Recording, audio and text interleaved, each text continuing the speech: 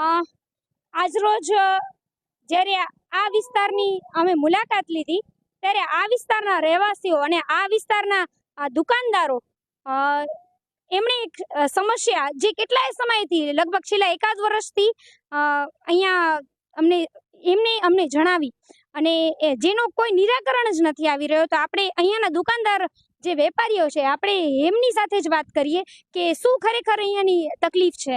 આપણી સાથે મનસુખભાઈ છે. મનસુખભાઈ, શું તકલીફ છે આ વિસ્તારમાં? અહીંયા રોડની તકલીફ છે બહુ. રોડ તોડીને હાલા ગયા છે, પછી આવે ને ત્યાં 6 મહિના થયા, પાછી 15-20 ઝાડ હતા મસ્ત, એ તોડીને હાલા ગયા છે. કાંઈ નથી. ગટર એક બેસી હતી, એની જગ્યાએ 25 પાઇપ બીજા બદલાવ્યા એ લોકો. ઇજનેર નથી કોઈ નગરપાલિકામાં, નથી કોઈ, બધા ગધેડા જેવા છે અત્યારે. બરાબર. અમારે સમસ્યા રોડની મેન છે અને રોડ લાઇટ. ઓકે, જેટલું બને એટલું જલ્દી ટ્રાય કરો, શું કહે છે, ને તો પછી એનો કોઈ રસ્તો કાઢી. ઓકે, હાલો.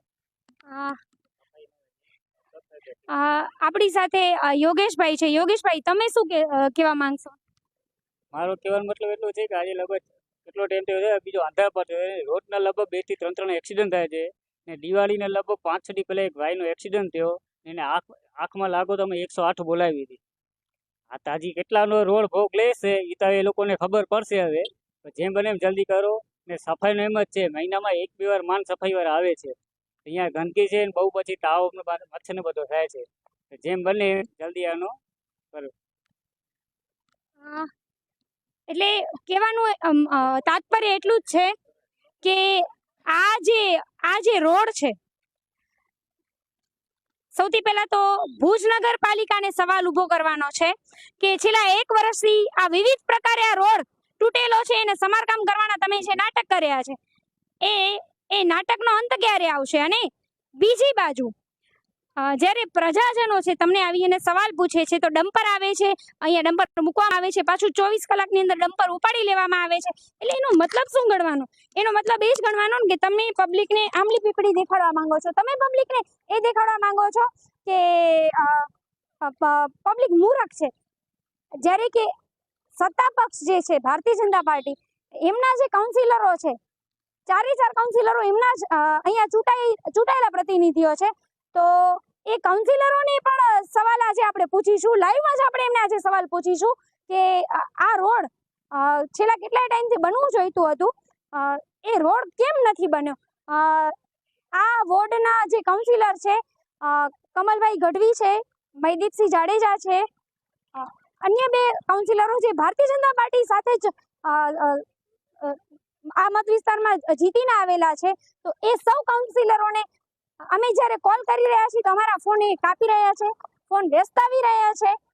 તો એમને એવું હોય કે અમે ફોન કરીશું અને તમે ફોન કાપશો કે ફોન વ્યસ્ત દેખાડશો તો અમે તમને સવાલ નહીં પૂછીએ. તો ના, અમે આ પ્રજાનો અવાજ બનીને તમને સવાલ તો પૂછવા આવીશું. આ ભારતીય જનતા પાર્ટીના કાઉન્સિલર એવા કમલભાઈ ગઢવી કે જેઓ અહીંયાના કાઉન્સિલર છે, એમને અમે કોલ લગાડેલો છે, પણ સતત ફોન કાપી રહ્યા છે અને ફોન એમનો વ્યસ્ત જ દેખાડી રહ્યો છે. એટલે વિચારવાનું એ છે કે તમને જનપ્રતિનિધિ તરીકે જ્યારે અહીંયાના વિસ્તારના લોકોએ ચૂંટ્યા છે તો શા માટે તમે તમારા ફોનને એ મોડ પર મૂકો છો કે પ્રજા તમારાથી સંપર્ક કરી જ ન શકે? એમનો જ્યારે પ્રજા તમને સવાલ પૂછવા આવે છે ત્યારે તમે એમને છેલ્લા 1 વર્ષથી આંબલી પીપળી દેખાડો છો, અને જ્યારે અન્ય વિપક્ષો તમને સવાલ પૂછે છે ત્યારે તમારો જે ફોન છે એ વ્યસ્ત જ દેખાય છે. એટલે એનો સીધો મતલબ એ છે કે તમને કામ કરવામાં રસ નથી, પરંતુ અમને કામ કરાવવામાં રસ છે. અને જ્યારે તમારા નગરપાલિકાના ચીફ ઓફિસર વિદેશની પ્રવાસે છે, ચલો તમારી પાસે ચીફ ઓફિસર અત્યારે હાજર નથી, તમે એવા બહાના કાઢશો તો શું તમે જનપ્રતિનિધિઓ આ પ્રશ્નનો હલ ન કરી શકો? જો તમે ન પ્રશ્નનો હલ કરી શકતા હો તો તમને આ સત્તા ઉપર રહેવાનો કોઈ હક નથી, કોઈ અધિકાર નથી. તમને સત્તા વહેલી તકે મૂકવી દેવી જોઈએ. જો તમે સત્તા નહીં મૂકો તો પ્રજા તો હવે સમજદાર છે જ. હા, અમારી સાથે ભારતીય જનતા પાર્ટીના સક્રિય કાર્યકરો અહીંયા હાજર હતા અને એ કાર્યકરોએ અમને એ જ કહ્યું કે બેન, અમે તો ભારતીય જનતા પાર્ટીના સક્રિય કાર્યકરો છીએ, અગ્રી તમે ભારતીય જનતા પાર્ટીના સક્રિય કાર્યકરો હો, પદાધિકારીઓ, છતાં પણ તમારા કાઉન્સિલરો આ પ્રશ્નનું નિરાકરણ ન લાવતા હોય તો તમારી સૌથી પહેલી ફરજ બને છે તમે જઈને એમને સવાલ પૂછો. અને જો તમે સવાલ નથી પૂછી શકતા તો તમે એમને ચૂંટણીમાં મત આપ્યા જ શું કામ છે? આવતે સમય અન્ય કોઈ પક્ષને એક મત આપી અને સત્તા ઉપર લાવો. હેલો, નમસ્કાર, કમલભાઈ ગઢવી. ભાઈ, અંકિતા ગોર વાત કરું છું, આમ આદમી પાર્ટી ગુજરાત પ્રદેશ મંત્રી.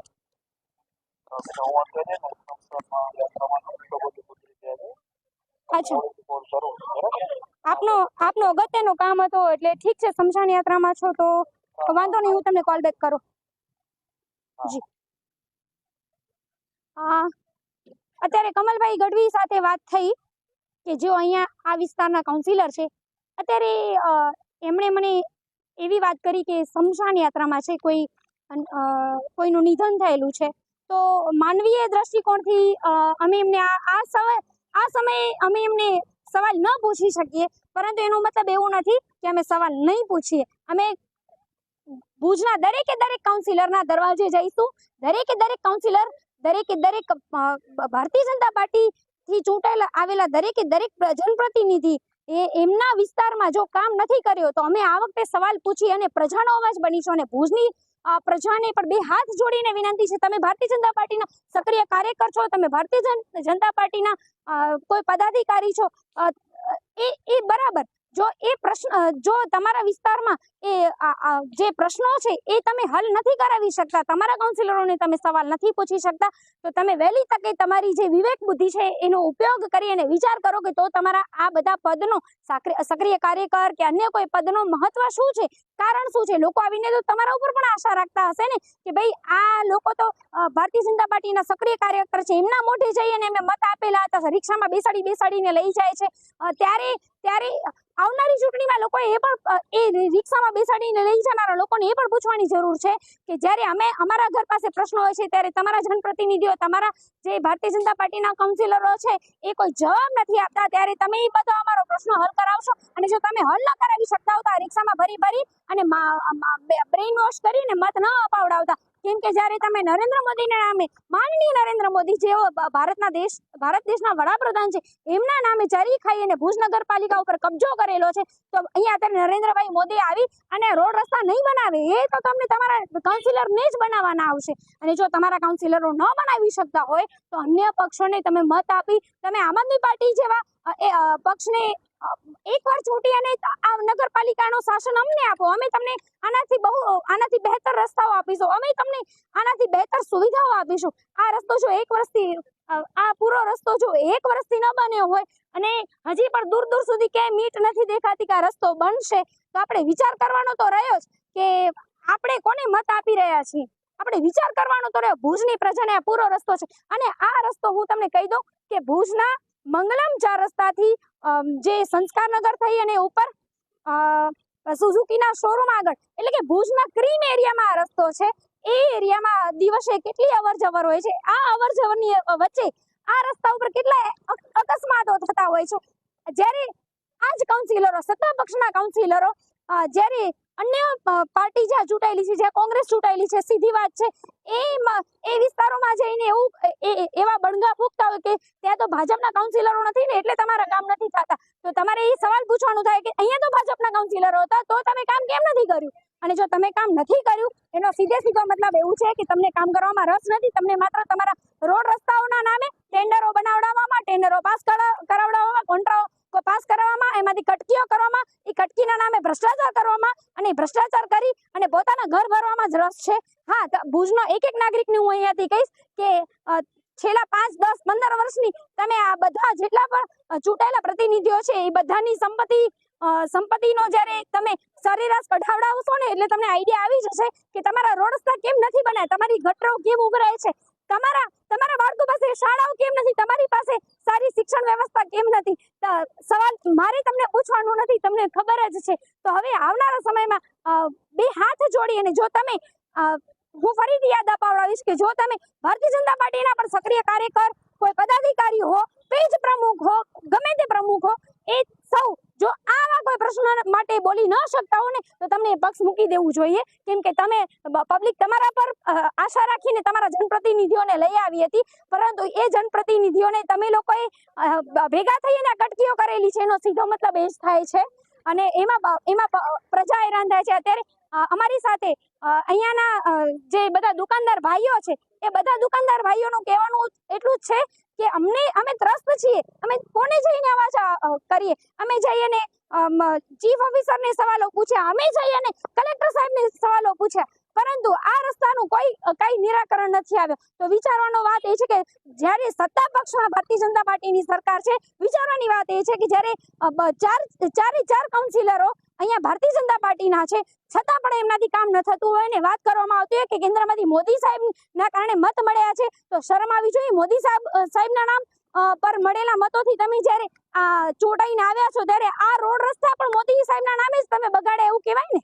આ બટો તો મોદી સાહેબને તમે લગાડી રહ્યા છો. સૌથી પહેલા તમને સવાલ કરવાનો છે, તમને વિચાર કરવાનો છે, અને વિચારની સાથે તમને વિમર્શ કરવાનો છે કે આવનારા સમયમાં ભારતીય જનતા પાર્ટીની સરકાર જો સત્તા ઉપર રહી તો આનાથી પણ વધારે બદતર દિવસો આવશે, બદતર દિવસો આવશે. તો આપણે હવે નવી અન્ય પક્ષ એટલે કે કોઈ જે પક્ષ છે, જેમ કે આમ આદમી પાર્ટી છે, એમને એકવાર ચૂંટી અને તમને સત્તા ઉપર બેસાડી અને દેખાડવાનું છે કે આનાથી બહેતરીન ભુજ કેમ થઈ શકે. જય હિન્દ.